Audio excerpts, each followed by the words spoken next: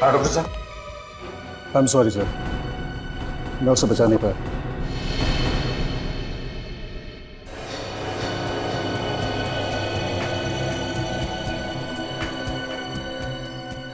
लेकिन डॉक्टर साहब, जब हम इसे यहां लेकर आए थे तब तो ये जिंदा था ना? नहीं सर, इसकी मौत पहले ही हो चुकी थी। हार्ट ने काम करना बंद कर दिया था। शरीर गर्म था, इसलिए हमने कोशिश की शायद बच जाए। सर हो सकता है बिजली कड़कने की वजह से हार्ट अटैक वगैरह आ गया। नहीं सर, एक्चुअली इसकी मौत की वजह कुछ और है। क्या? इसकी मौत की वजह कुछ और है? जी सर। क्या क्या वजह हो सकती है? अब ये तो ठीक है, कोई बात नहीं। अभिजीत, बॉडी को फोरेंसिक लैब लेकर चलते हैं। डॉक्टर साळुंखे ये बताएगा क्या हुआ है।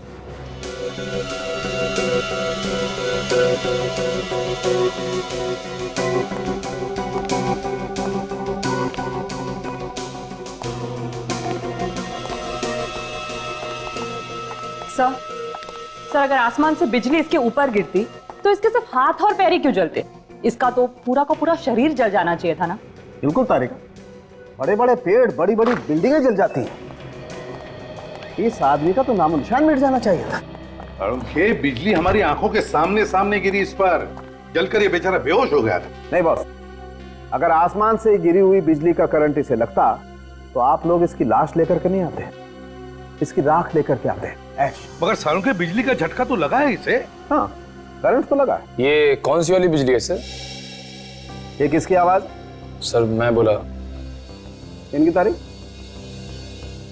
सर सॉरी सर, मुझे पहले बता देना चाहिए था। ये निखिल है, इंस्पेक्टर निखिल, सीआईडी में नया है। ओ, नया इंस्पेक्टर है। तो ये लैब में पहले ही दिन इसके चेहरे पर मुस्कुराहट क्यों, और वो भी एसीपी प्रद्युमन के सामने?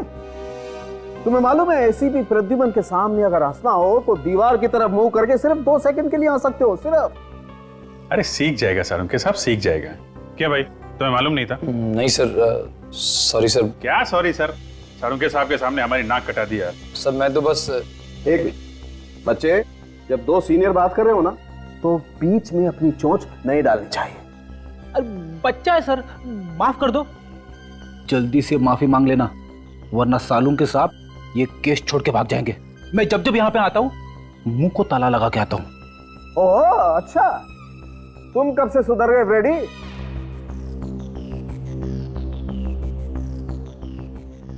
सॉरी सर, आगे से गलती नहीं होगी। हाँ तो साळुंखे, हाँ तो मैं ये बता रहा था बॉस कि जिस तरीके से इसके हाथ और पैर जले हुए हैं उससे लगता है कि इसे 250 वोल्ट की बिजली का करंट लगा है। मगर साळुंखे, करंट लगा तो लगा कैसे? वहां पर तो कोई तार या कोई केबल भी टूटा हुआ नहीं था, बस सिर्फ एक बिजली का खंबा था। बस इसके हाथ और पैर देखने से पता चलता है कि इसने किसी ऐसी चीज को पकड़ा था जिससे वो करंट इसके शरीर में आ गया और इसके हाथ पैर जल गए। साळुंखे साहब, इसने हमारे सामने बाइक पोल पे लगाई, उसी समय बिजली कड़की और फिर हमने देखा ये जलने लगा, और इसकी बाइक भी। उस पोल में करंट होगा अभिजीत, तभी तो जैसे ही बाइक पोल से चिपकी उस पे करंट आ गया। मगर सर, बाइक का टायर कैसे जल सकता है? टायर तो रबर का बना होता है, और रबर में तो करंट पास नहीं होता। ये तुमसे किसने कहा है? देखो, अगर हाई वोल्टेज करंट हो और अर्थिंग मिल जाए तो बॉस रबर के टायर में भी करंट पास हो सकता है। और वैसे भी अलग अलग किस्म के रबर होते हैं, है ना साळुंखे? जैसे स्टील बेल्ट रबर या कार्बन रबर। एग्जैक्टली। और कई बार तो ऐसा होता है कि हाई वोल्टेज करंट की वजह से इन रबर में आग भी लग सकती है। और देखो, टायर में तो स्टील के वायर भी होते हैं, तो हो सकता है स्टील के वायर के थ्रू करंट पास हो गया। अभिजीत, एक बार फिर से उस बिजली के खंबे के पास जाकर के छानबीन करनी होगी। इलेक्ट्रिक सप्लाई डिपार्टमेंट के लोगों को भी वहां बुला लो।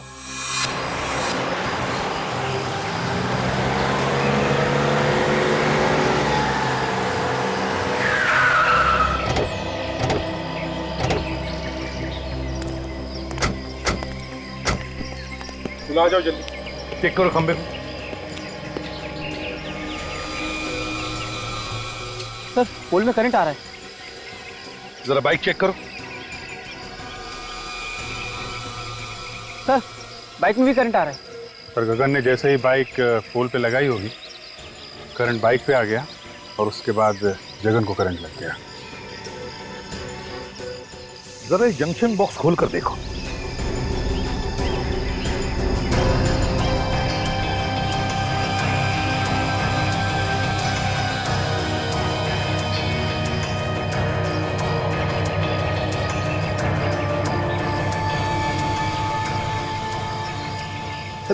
सर ये देखिए, बाइक का स्टैंड खराब है, इसीलिए गगन ने बाइक को खंबे को लगा के रखा होगा। सर ये देखिए, ये वायर कटे हुए हैं और पोल से जुड़े हुए हैं सर। इसका मतलब है कि जानबूझ के काटा है और ये खून है सर। खूनी जानता था कि ये गगन हम लोगों से हमेशा यहीं आके मिलता है।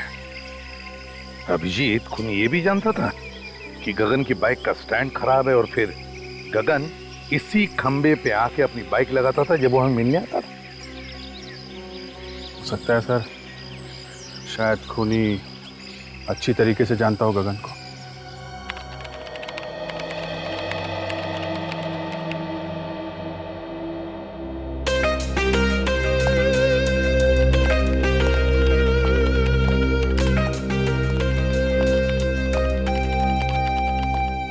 Hello sir. हेलो निखिल, तुम अभी नए हो, अभी तुमने फ्रेडी का कमाल देखा ही कहां है। ये लोग अगर सारा केस मेरे ऊपर छोड़ दे तो इस केस को मैं ऐसे ऐसे चुटकियों में सॉल्व कर दूं, चुटकियों में। सर वैसे भी मैंने आपके बारे में बहुत कुछ सुना है सर। अच्छा, फिर तो तुमने ये भी सुना होगा कि दयासुर को दरवाजा तोड़ना मैंने ही सिखाया है। अरे देखते क्या हो, मैं झूठ नहीं बोल रहा हूं। कभी कभी मैं थक जाता हूं तो उन्हें कह देता हूं दरवाजा तोड़ने के लिए, तो वरना दयासुर तो। सर दया सर के बारे में आप ऐसी बातें मत करिए। क्यों भाई, दयासुर को क्या पर लगे हैं? देखिए वो मेरे गुरु हैं और मैं उनके खिलाफ एक भी शब्द नहीं सुन सकता इस तरह के। अरे मैं तो मजाक कर रहा था। एक्चुअली मैं ये कहना चाहता था कि कभी कभी मैं भी दया सर की मदद करता हूँ दरवाजा तोड़ने के लिए। और सर गगन ऐसे मरने वालों में से नहीं था, अपराधियों के साथ रहता था वो, और मैंने उसे कई बातें सिखा रखी थी। हर दांव पेच मालूम था सर उसे, कोई ना कोई उसके पीछे पड़ा हुआ था सर काफी दिनों से। हाँ दया, और वो जो भी कोई है वो जानता था कि गगन हमको क्या बताने वाला है। सर कैसे भी करके ये पता लगाना चाहिए कि वो बात क्या थी।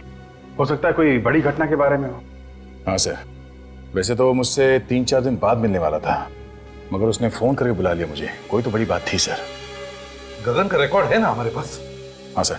बस तो देखो किन किन लोगों को जानता था, उन्हीं से हमें पता चलेगा। सर उसके परिवार वालों से भी पूछताछ करते हैं। हाँ भैया, परिवार वालों से भी पूछताछ करो, उसके फोन रिकॉर्ड चेक करो, देखो वो किस किस से बात करता था, किस किस से मिलता था। जैसे भी हो हमें पता लगाना ही चाहिए कि यह किसका काम है।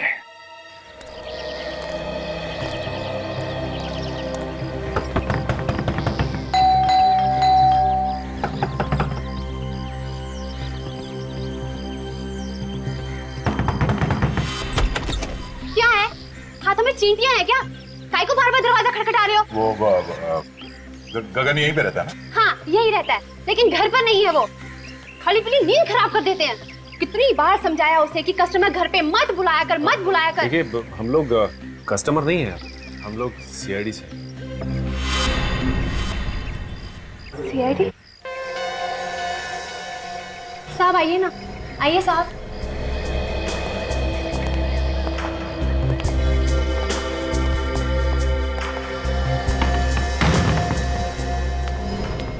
अब क्या हुआ साहब? मेरे पति ने फिर से उल्टा सीधा कुछ किया क्या? देखिए साहब, अब उसे सब कुछ छोड़ दिया है। अब तो मेरे मर्द ने प्लम्बर का धंधा शुरू कर दिया है। हमें मालूम है। तो फिर क्या हुआ साहब? देखिए आपके पति ने तो कुछ नहीं किया। तो फिर? वो बताइए ना क्या किया मेरे मर्द ने? आपके पति की मौत हो गई, किसी ने खून कर दिया उसका। लो शोभी, पानी लेकर निक जल्दी।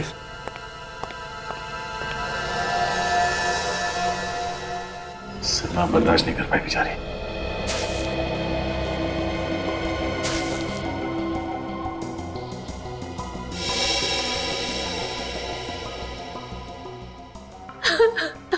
देखिए जो कुछ होना था वो हो गया। गगन की मौत का हमें भी बहुत दुख है। खबरी था वो हमारा। खबरी बना के मरवा डाला आप लोगों ने उसे। मुझे पता होता तो मैं ऐसा काम उसे कभी नहीं करने देती। सीआईडी की मदद करना कोई गुनाह नहीं है। आप हमें ये बताइए कि कोई दुश्मन था गगन का? मेरे पति ने हमेशा सबका भला किया है। जिसके पास पैसे नहीं होते थे मुफ्त में काम कर देते थे उसका। ऐसे भले इंसान का कोई दुश्मन कैसे हो सकता है साहब? देखिए, कोई ना कोई तो उसका दुश्मन जरूर था जो उसके पीछे लगा हुआ था। मतलब उसको कैसे पता चलता कि वो हमसे मिलने वाला था? देखिए, अगर आपको मालूम है तो आप बता दीजिए, वरना वो दुश्मन आपके लिए भी खतरनाक हो सकता है। मैंने कहा ना ऑफिसर, उनका कोई दुश्मन नहीं हो सकता। अच्छा, आप पिछले कुछ दिनों में कोई मिलने आया था उसे? देखिए प्लीज आराम से सोच के बताइए, कोई ऐसा आदमी उससे मिलने के लिए आता था जिस पे आपको शक हो? नहीं साहब, घर पे तो कोई नहीं आया था, लेकिन हाँ, गगन कैरम क्लब जाते थे और पिछले 5-6 दिन पहले जब वो कैरम क्लब गए और वहां से लौटने के बाद कुछ टेंशन में लगे मुझे। टेंशन? किस बात की टेंशन थी उसे? मैंने पूछा उनसे कि क्या हुआ, मुझे बताइए, लेकिन उन्होंने कुछ नहीं बताया। बस कहा कि टेंशन है, बहुत जल्द सीआईडी से मिलना पड़ेगा। ये कैरम क्लब कहाँ पर है? हाँ जी, हाँ जी, ये गगन के नाम से ही फोन है। मिल गया रिकॉर्ड? हाँ तो आप मेल कर दीजिए ना। या थैंक यू वेरी मच। जरा मेल चेक करना, उन लोगों ने गगन के फोन का रिकॉर्ड हम लोगों को मेल किया है। देखते हैं किसका किसका फोन आया था और किसे फोन किया था इसने। मेल आ गया सर। हाँ ओपन करो, देखो।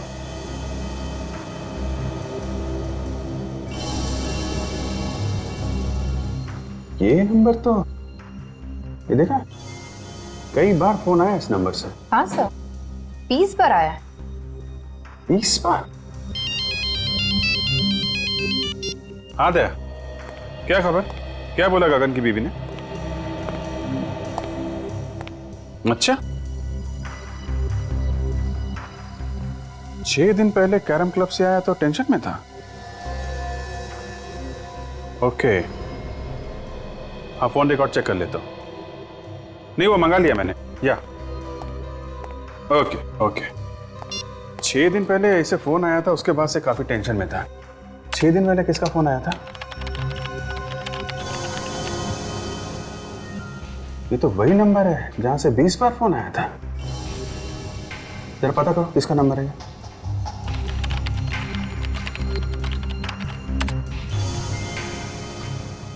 सर ये एसटी पुलिस स्टेशन का नंबर है।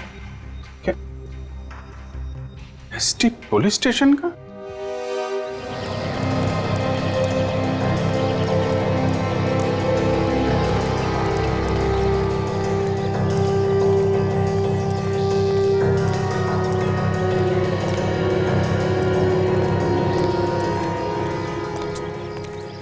भाई, अरे रामू, बता दे आप लोगों को, लोग यहाँ खेलने के लिए नहीं आए। एक खिलाड़ी के बारे में कुछ जानकारी लेनी है। किस खिलाड़ी के बारे में पूछना है सर? गगन के बारे में। गगन भाई, हाँ वो आता तो है लेकिन आज नहीं आया है। कोई काम हो तो बताइए, आएगा तो मैं बोल दूंगा उसको। वो अब कभी नहीं आएगा यहाँ। कैसी बातें कर रहे हो साहब? कौन है आप लोग? हम लोग सीआईडी से। सीआईडी? हाँ, गगन का किसी ने खून कर दिया। गगन भाई का खून कर दिया किसी ने? यहाँ उसके दोस्त कौन कौन है? डैनी और काका। इस वक्त कहाँ मिलेंगे दोनों? मिलेंगे कहाँ साहब? यहीं है। आइए सर। डैनी, काका, हाँ सीआईडी वाले आए हैं आपसे मिलने। सीआईडी हमसे मिलने क्यों आई है? हाँ, हमने क्या किया? हमें गगन के बारे में कुछ जानकारी चाहिए थी। सर उससे जो पूछ रहे हैं साहब, उसी से पूछो ना। जा गगन को उसके घर से बुला के ला। किसी को कहीं जाने की जरूरत नहीं है। जो कुछ पूछा जाए उसका साफ साफ जवाब दो, बस। अच्छा ये बताओ कि तुम दोनों गगन के अच्छे दोस्त हो ना? जी हाँ। गगन अभी कहाँ है मालूम है? नहीं सर। देखो, कल रात किसी ने गगन का खून कर दिया। खून? गगन का? किसने किया सर? 6 दिन पहले गगन तुम लोगों के साथ यहाँ पे आया था। 6 दिन पहले? हाँ, 6 दिन पहले वो हम लोगों के साथ यहाँ पे आया, लेकिन हम लोगों के साथ यहाँ से गया नहीं था। तो फिर किसके साथ गया? अपने किसी और दोस्त से मिलने के लिए बोल रहा था वो। ये तुम दोनों के अलावा उसका नया दोस्त कौन आ गया? साहब, तो हम लोगों के अलावा कौन सा नया दोस्त है हमें तो नहीं मालूम, पर हाँ हम लोगों के चले जाने के बाद वो काफी देर तक यहीं बैठा था। उसके बाद सर उससे कौन मिला, क्या हुआ, कुछ नहीं पता सर। वैसे ये बताओ कि तुमने यहाँ पे गगन से मिलते हुए किसी को देखा क्या? आप मिलते हुए नहीं देखा मैंने भी, काफी देर तक बैठा रहा यहाँ पर। अच्छा, उसका यहाँ पे किसी के साथ झगड़ा था? हाँ सर था। जीतू और गगन में आपस में नहीं बनती थी, 36 का आंकड़ा था साहब। जीतू कौन है? सर हमने उसका नाम तो सुना है सर, लेकिन हम जानते नहीं कि कौन है वो। मैं जानता हूँ सर जीतू को, कई बार मेरे सामने झगड़ा हुआ है उन दोनों का। जीतू ने धमकी भी दी थी जान से मारने की गगन को। सर कहीं जीतू ने तो नहीं? ये जीतू कहाँ रहता है, जरा उसका एड्रेस है? सर बोरीवली में कहीं रहता है। सर आप लोग यहाँ क्या हो सर? गगन नाम के आदमी को जानते हो? गगन? हाँ, ये उसकी फोटो है। नहीं सर, इस आदमी को मैंने पहले कभी नहीं देखा। इस गगन को यहां से, इस पुलिस स्टेशन से कई बार फोन किए गए हैं। यहाँ से? हाँ। आप में से किसी ने गगन नाम के किसी आदमी को फोन किया था? नहीं सर। गगन के फोन रिकॉर्ड में यहाँ का फोन नंबर है, फोन तो यहीं से किया गया है। पता नहीं सर। तो याद कीजिए, कोई बाहर का आदमी हो सकता है, यहाँ तो बहुत लोग आते जाते हैं। जी नहीं सर, बाहर का कोई भी आदमी फोन को हाथ नहीं लगा सकता। फिर तो कोई यहीं का आदमी है जो खूनी के साथ मिला हुआ है। अगर तुम में से किसी ने गगन को कॉल किया है या उसके बारे में कुछ भी जानते हो तो मुझे बता दो, अभी भी वक्त है। नहीं सर हमने नहीं किया। नहीं सर मैंने फोन नहीं किया। तुम जा सकते हो। सर ये तीनों नहीं बढ़ते हैं, मुझे उन्हीं पर शक था। कोई बात नहीं, अगर कुछ पता चले तो हमें बता देना। Okay sir. तो बिना फोन किए तो नंबर आएगा नहीं, और ये लोग कह रहे हैं फोन नहीं किया। अभिजीत, फोन यहीं से किया गया है, अब किसने और कैसे वही देखना है।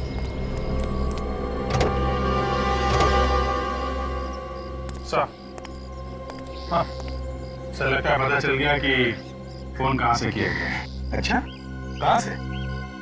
वो देखिए सर, ये जंक्शन बॉक्स पुलिस स्टेशन के बिल्कुल पास में है।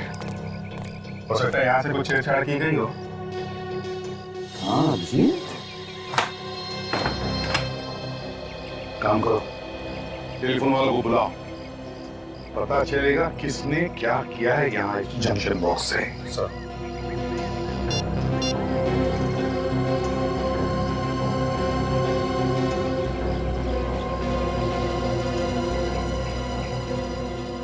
इस एरिया के सारे टेलीफोन लाइंस इसी जंक्शन बॉक्स में जुड़ी हुई हैं।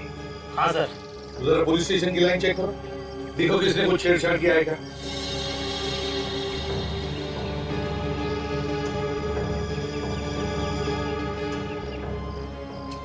ये देखिए सर, ये तार टूटा हुआ है। तो इसका मतलब है अभिजीत, खूनी ने इस वायर को तोड़कर दूसरी वायर लगाकर फोन किया और फिर पहले जैसे ही जोड़ के रख दी है। मगर सर इतनी सारी लाइंस जा रही है यहाँ से, तो फिर खूनी को कैसे पता चला होगा कि कौन सी लाइन पुलिस स्टेशन की है? हो सकता है टेलीफोन डिपार्टमेंट का कोई आदमी मिला उससे। नहीं सर, आप हमारे ऊपर ऐसा इल्जाम नहीं लगा सकते। तो फिर ये कैसे हुआ? ध्यान कैसे नहीं गया तुम्हारा? ताला टूटा हुआ है, वायर कटी हुई है। सर हम लोग महीने में एक बार चेक करने के लिए यहाँ पे आते हैं। पिछले महीने आए थे तो सब कुछ ठीक था सर। तुम लोगों के अलावा कोई और आता है ये चेक करने के लिए? नहीं सर, ये एरिया हम दोनों ही देखते हैं। अभिषेक, एक बात समझ में नहीं आ रही है, खूनी ने यहीं से फोन क्यों किया? शहर में इतने सारे पीसीओस है, जंक्शन बॉक्सेस है, यहीं से क्यों? सर हो सकता है खूनी इसी एरिया का हो, आसपास का रहने वाला। इस एरिया में तो जीतू भी रहता है जो गगन को जानता है, कहीं उसी ने तो फोन नहीं किया? काजल, ये जीतू गगन को सिर्फ जानता नहीं है, बल्कि उसने उसे जान से मारने की धमकी भी दी है। जान से मारने की। जीतू से मिलना पड़ेगा अभिजीत।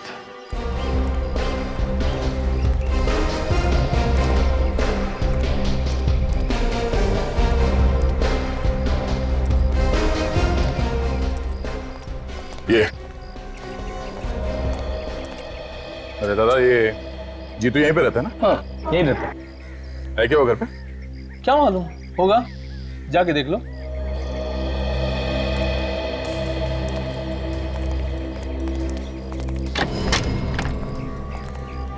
जीतू। हाँ क्या हुआ? बस तुझसे मिलने चले आए। आप लोग हैं कौन? तेरे दूर के रिश्तेदार हैं, तुझे साथ ले जाने आए हैं। अरे भाई साफ साफ बताओ कौन हो तुम लोग? सीआईडी। सीआईडी? हाँ। गगन का खून क्यों किया तुमने? क्या गगन का खून हो गया? अब ये एक्टिंग वैक्टिंग खत्म हो गई हो तो आगे बढ़े। हाँ, क्यों मारा गगन को? सर मैं गगन को क्यों मारूंगा? मेरी उससे क्या दुश्मनी है? तेरा झगड़ा हुआ था ना उसके साथ कैरम क्लब में। सर जब मैं किसी कैरम क्लब गया ही नहीं तो झगड़े का तो सवाल ही नहीं उठता ना। ये गगन जहाँ पे रहता है उसके घर के पास में नुक्कड़ पे एक कैरम क्लब है। कुछ याद आया तुम्हें? नुक्कड़ पे कैरम क्लब? तेरे पास सिर्फ 1 सेकंड है, जो कुछ मालूम है सच सच बता, वरना मेरा एक हाथ पड़ेगा तो 10 दिन तक तेरा दिमाग झंझनाता रह जाएगा। तू वहां पर कैरम क्लब में गया था, तुझे लोगों ने वहां पे देखा था और तेरा झगड़ा भी हुआ था गगन के साथ में। सच बोल, हुआ था या नहीं? हाँ सर याद आया। अच्छा हुआ जल्दी याद आ गया। गगन के साथ झगड़ा हुआ था ना? हाँ? वो तो सर ऐसे ही थोड़ी बहुत कहा सुनी हो गई थी, फिर बाद में बोलचाल हो गई सर। ऐसी कहा सुनी तो अक्सर हो जाती है हमारे बीच। किस बात को लेकर झगड़ा हुआ था तुम दोनों के बीच? वो सर पहले मैं गगन के पड़ोस में रहता था तो इलेक्ट्रिसिटी के बिल को लेकर थोड़ी सी कहा सुनी हो गई थी। सर छोटे मोटे इलेक्ट्रिसिटी बिल के लिए कोई किसी को मार सकता है क्या? नहीं। पर इसने तो गगन का खून कर दिया। नहीं सर, मैंने गगन को नहीं मारा सर, मैं सच कह रहा हूँ सर। अगर कोई ये कह दे कि मैंने गगन का खून किया है तो सर आप जो मर्जी सजा दीजिएगा सर। सचिन सर आप ठीक है ना? किसने गोली मारी सर? गोली लगी तुम्हें? सर वो रहा सर।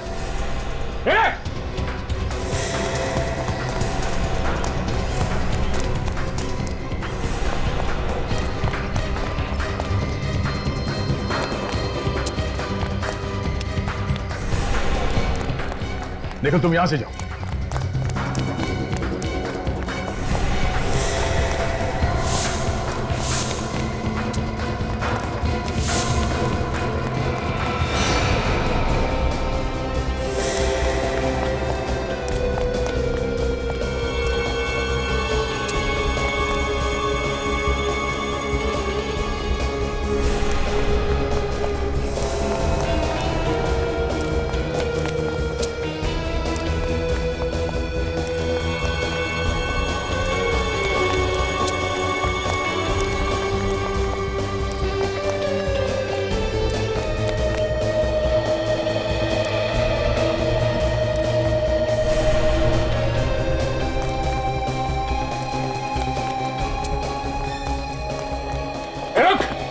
रुक जा।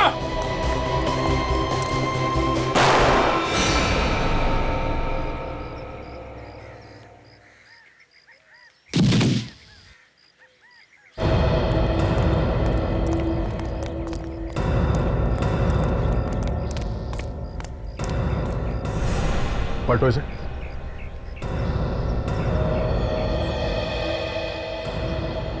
सर इसके तो सीने में गोली लगी। सीने में गोली लगी है? मगर मैंने तो इसके पैर पे गोली चलाई थी, वो भी पीछे से। इसके सीने में गोली कैसे लगी?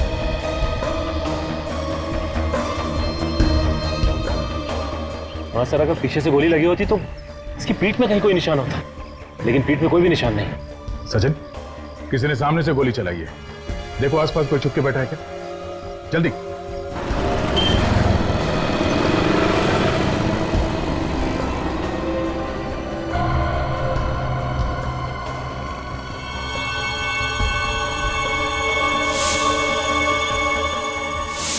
कैरम क्लब का नौकर? कैरम क्लब का नौकर जीतू को क्यों मारना चाहता था? जीतू, गगन और नौकर, 3 लोग। तीनों में से जीतू और गगन के बीच में झगड़ा हुआ जिसमें गगन मारा गया। फिर नौकर ने जीतू को मारने की कोशिश की और खुद मर गया। लेकिन समझ में नहीं आ रहा कि इन 3 लोगों में चक्कर क्या है। सर ऐसा लगता है इनके पीछे कोई चौथा आदमी भी है जिसने नौकर से जीतू पे हमला करवाया। मगर नौकर फेल हो गया तो पकड़े जाने के डर से उसने नौकर को भी मार दिया। मगर सर उसे पता कैसे चला कि हम लोग जीतू के घर जाने वाले हैं? वही तो या ये जो भी आदमी है जो ये सब करवा रहा है वही हमारे हर कदम पे नजर रखे हुए है। और वो जानता है कि जीतू उसके बारे में सब कुछ जानता है और इसीलिए उसने उसे मारने की कोशिश भी की। सर अगर जीतू को मालूम होता तो हमें बता देता। काफी डरा हुआ था सर वो। सर एक बात समझ में नहीं आई, किस नौकर ने जीतू पर हमला हम लोगों के सामने ही क्यों किया? हमारे वहां पहुंचने से पहले और वहां से निकलने के बाद भी तो कर सकता था। यह भी तो हो सकता है कि उस नौकर को तुम लोगों को मारने के लिए भेजा होगा। सर अगर हम लोगों को मारने के लिए भेजा था तो दोबारा हमला करने से पहले 10 बार सोचेगा, लेकिन अगर जीतू को मारने के लिए भेजा था तो दोबारा हमला कर सकता है। सर गगन को खूनी ने फोन किया था पुलिस स्टेशन के जंक्शन बॉक्स से ताकि शक जीतू पे जाए। एक काम करो, ये नौकर जहां पर नौकरी करता था उस कैरम क्लब के मालिक को जाकर के मिलो और जरा प्यार से पूछो उससे, पता लगाओ कौन कौन मिलने आता था उस नौकर को। Yes sir.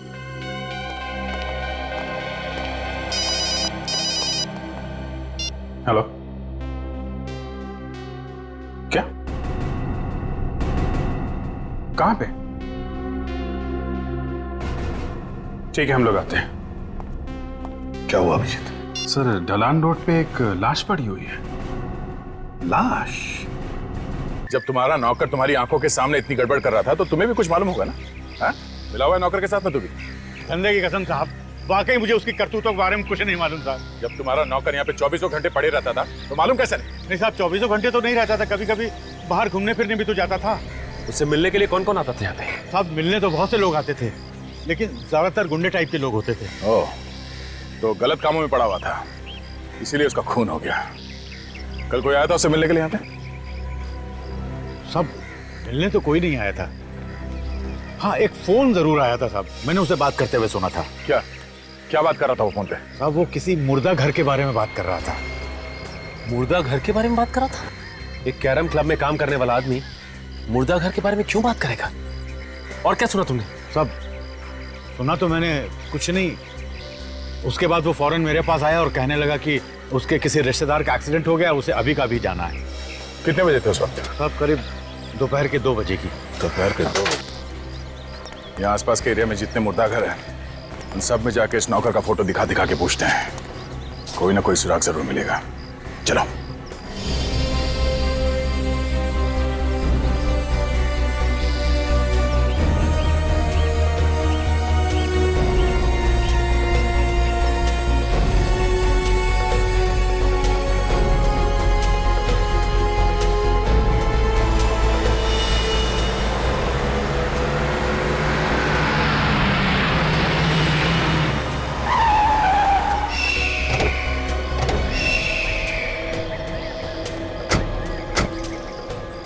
जिसे फोन किया है वो भाग गया है। यही तो प्रॉब्लम है, लोग पुलिस के पचड़े में नहीं पड़ना चाहते। सर एक्सीडेंट का केस लगता है। लेकिन इस सड़क इतनी दूर है काजल, और यहाँ आसपास टायर का कोई निशान भी नहीं दिख रहा है। लगता तो नहीं है एक्सीडेंट है। तो सर ये लाश यहाँ लाकर डाली गई है? हो सकता है। बॉडी को अच्छी तरीके से चेक करते हैं, देखते हैं मौत की वजह क्या है।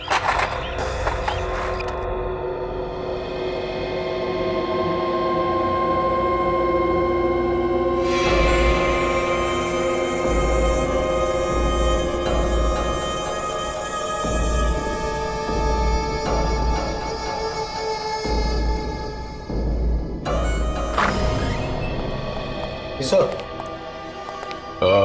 तुम यहाँ के इंचार्ज हो? जी मैं यहाँ की देखभाल करता हूँ। पर आप लोग? हम लोग सीआईडी से। आप लोगों को भी पता चल गया उस लाश के बारे में? लाश के बारे में? हाँ, आप उसी लाश के बारे में पूछताछ करने आए ना जो चोरी हो गई? चोरी हो गई थी?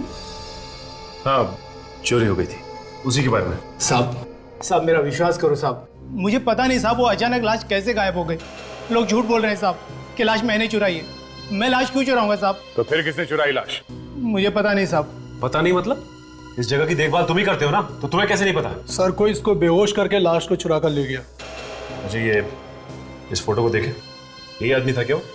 साहब मुझे किसी ने सिर पे पीछे से मारा साहब, मैं उसका चेहरा नहीं देख पाया साहब। कितने बजे हुआ ये सब? यही कल 2:30 बजे के करीब साहब। सर ये काम पक्का रामू ने किया है। हाँ सर।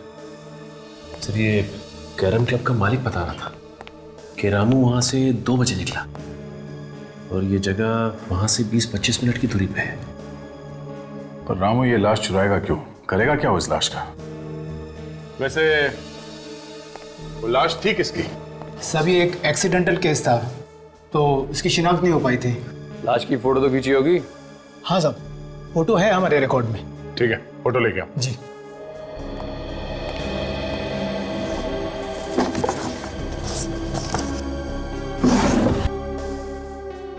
सभी है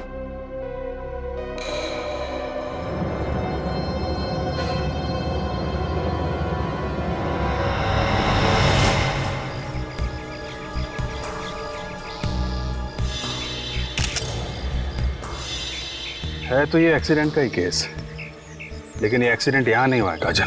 ये कैसे पता चला सर? एक तो ये लाश काफी दिन पुरानी है, दूसरा अगर एक्सीडेंट यहाँ पे हुआ होता तो यहाँ जमीन पे भी आसपास खून पड़ा होता, लेकिन जमीन पे कहीं भी खून नहीं है। खून सिर्फ इस बॉडी के ऊपर है और इसके चेहरे पे, और कहीं भी खून नहीं। ये क्या है?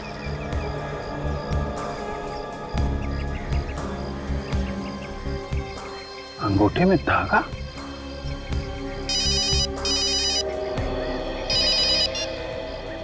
हाँ सचिन बोलो। क्या मुर्दा घर से लाश चोरी हो गई? हाँ हाँ, एक मिनट जरा ये लाश का हुलिया बताना। हाँ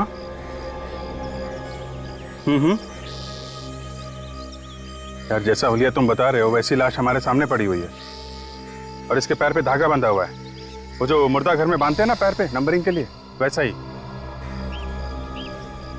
हाँ, एक्सीडेंट की लाश है। ओह,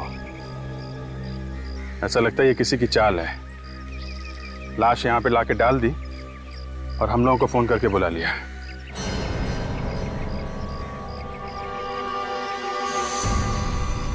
हेलो हेलो, अभिजीत साहब। हे! मोबाइल।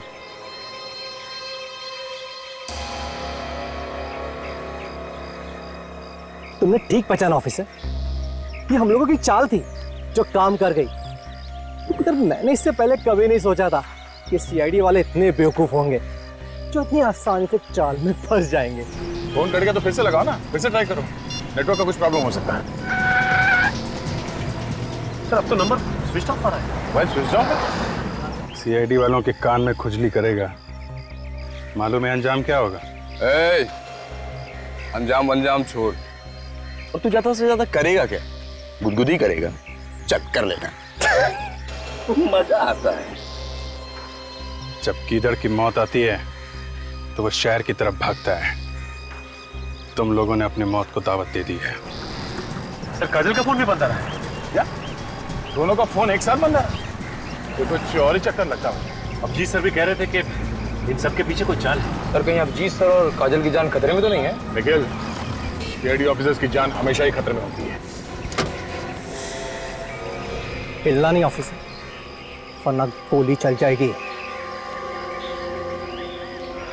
दे ना।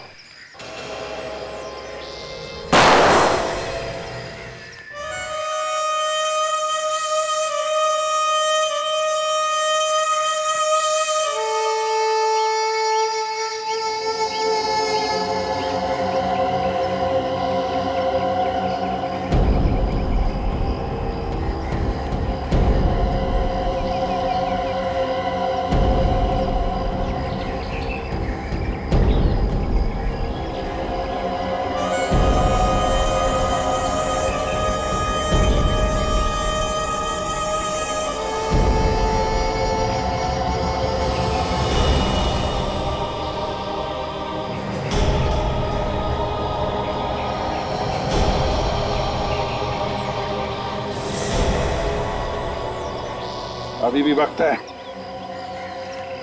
चुपचाप अपने आप को हमारे हवाले कर दो। बंद करो ये सब नाटक, समझे? तेरे मरने का टाइम आ गया, लेकिन तेरा भाषण देना अभी तक बंद नहीं हुआ ना। ऊपर जब ऊपर जाएगा ना तू, तो तुझे बहुत सारे चोर लुटेरे मिलेंगे, उन्हें ही बैठकर सुनाते रहना अपनी ये कहानियां। हमें मारना क्यों चाहते हो? क्योंकि जब तुम दोनों को तड़प तड़प कर मरता हुआ देखूंगा, तुम्हारे अंदर जो बदले की आग है ना, वो शांत होगी। बदला? कैसा बदला? हाँ, तुम लोगों ने मेरे भाई को फांसी के तख्ते पे चढ़ा दिया और हम कुछ भी नहीं कर सके। कौन कौन था तुम्हारा भाई? जग्या। जग्या? जग्या तुम्हारा भाई था? हाँ, वही जग्या जिसका नाम सुनकर तुम्हारे पैर कांपने लगते हैं। न जाने कितने लोगों के घर उजाड़े हैं उसने, न जाने कितने बच्चों को अनाथ किया है। उसे फांसी नहीं होती तो क्या होती? फांसी से बढ़कर अगर कोई सजा होगी ना, वो मिलनी चाहिए थी उसे। दूंगा, उससे भी बड़ी सजा दूंगा। हाँ।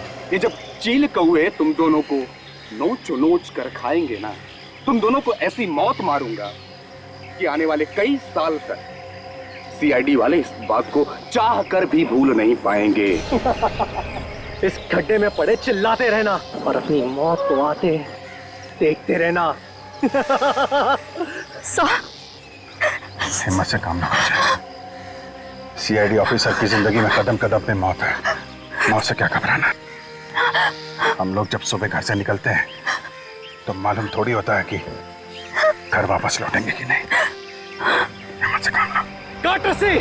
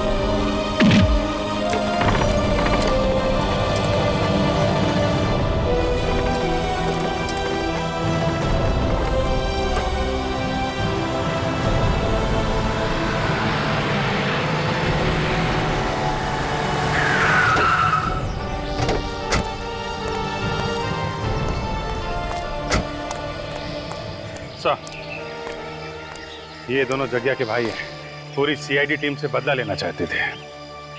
सीआईडी वालों से बदला? कभी सपने में भी मत सोचना, समझे? हम जेल में बैठकर बदला लेना अपने भाई की मौत का। तुम दोनों को तो फांसी होगी, फांसी।